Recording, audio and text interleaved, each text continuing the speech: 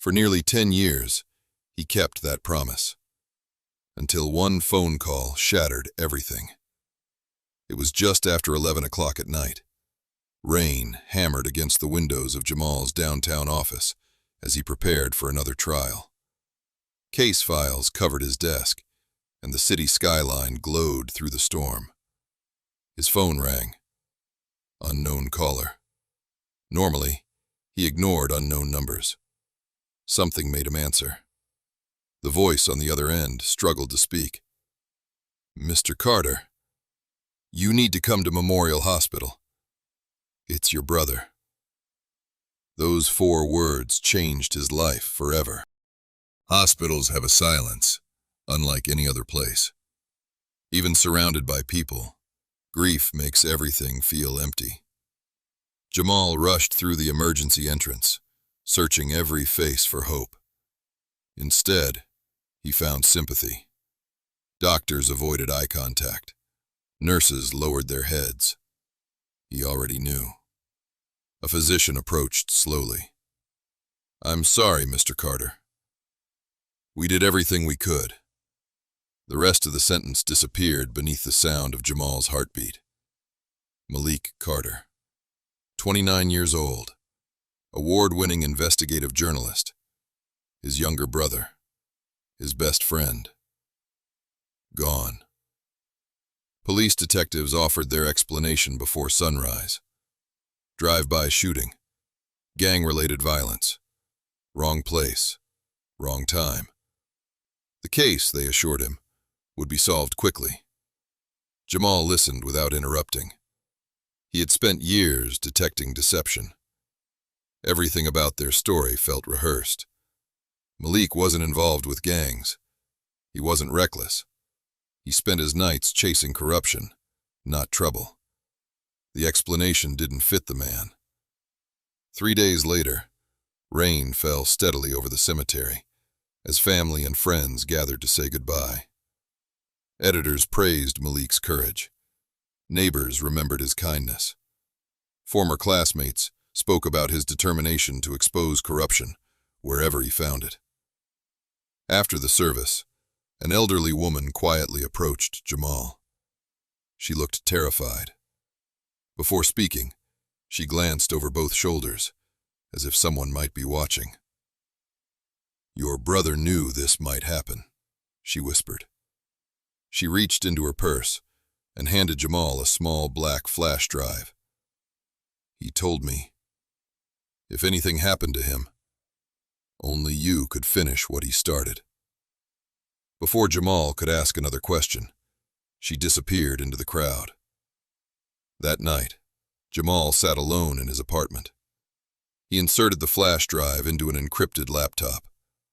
Dozens of folders filled the screen.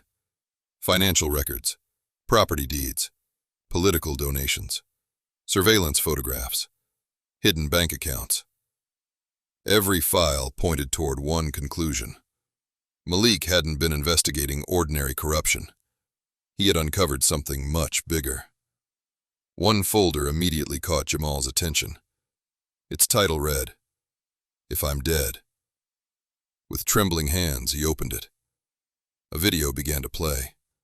Malik appeared exhausted, dark circles beneath his eyes.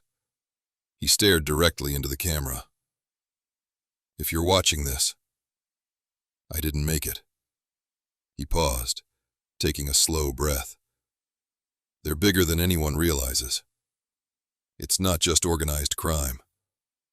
It's politicians, judges, police commanders, corporate executives.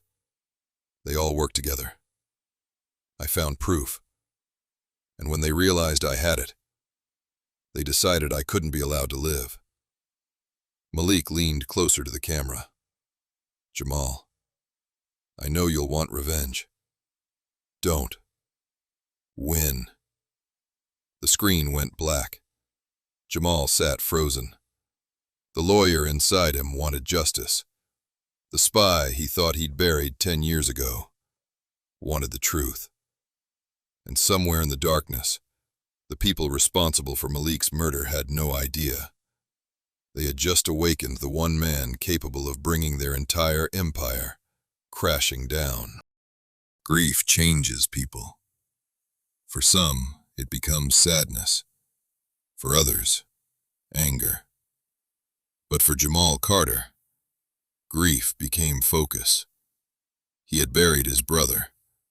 Now he intended to bury the lies. The following morning, Jamaal arrived at the courthouse wearing the same tailored suit he always wore. His shoes were polished. His briefcase was neatly organized.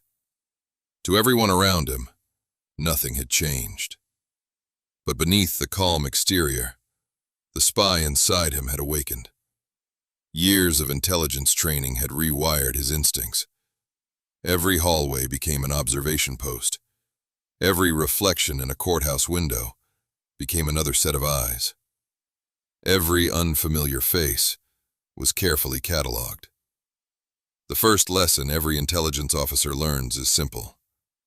If you think you're being watched, don't look for the watcher. Make the watcher reveal themselves. After winning his morning case, Jamaal deliberately took an unusual route to the parking garage. Instead of driving directly home, he turned onto side streets, circled the same block twice, and made several unnecessary turns. 10 minutes later, a black SUV was still behind him. The driver never looked directly at Jamaal. He didn't need to. Professionals don't stare. They follow. Jamaal smiled to himself. Confirmation. Someone wanted to know where he was going. The question was, who? Rather than leading them home, Jamaal pulled into a crowded shopping center parking garage. He parked on the 3rd level and calmly stepped into an elevator. As the doors closed, he removed a small screwdriver from his watch band. An old habit. Before the elevator reached the 2nd floor, Jamaal opened the emergency maintenance hatch above him and climbed onto the roof of the elevator. Moments later, the doors opened. 2 men rushed inside. Empty. Confused, they searched every corner. By the time they realized their mistake, Jamaal had already climbed down another maintenance ladder and exited through a different stairwell. From across the garage, he watched the men argue. Instead of confronting them, he took photographs. Faces, license plates, communication earpieces, the logo embroidered on one jacket. Everything mattered, because information was evidence, and evidence won wars.